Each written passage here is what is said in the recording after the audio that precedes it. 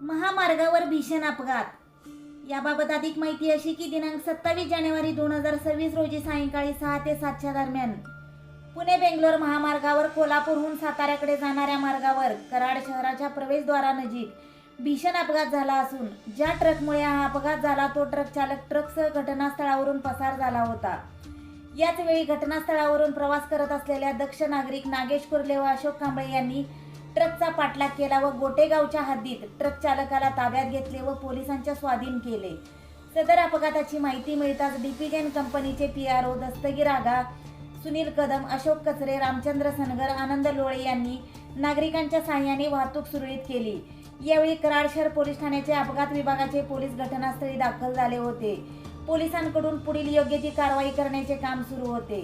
सदरच्या घटनेमध्ये एका महिलेचा मृत्यू झाला असून नंदा रामचंद्र पवार राहणार जिवाळा ढाब्याजवळ ओगलेवाडी रोड कराड असे मृत महिलेचे नाव असल्याचे समजते. सदरच्या घटनेमध्ये कराड शहरातील दक्ष नागरिकांच्यामुळे ट्रक चालकाला पकडण्यात यश आले. अशाच प्रकारे सर्व नागरिकांनी संकट समयी सहकार्य करणे गरजेचे आहे.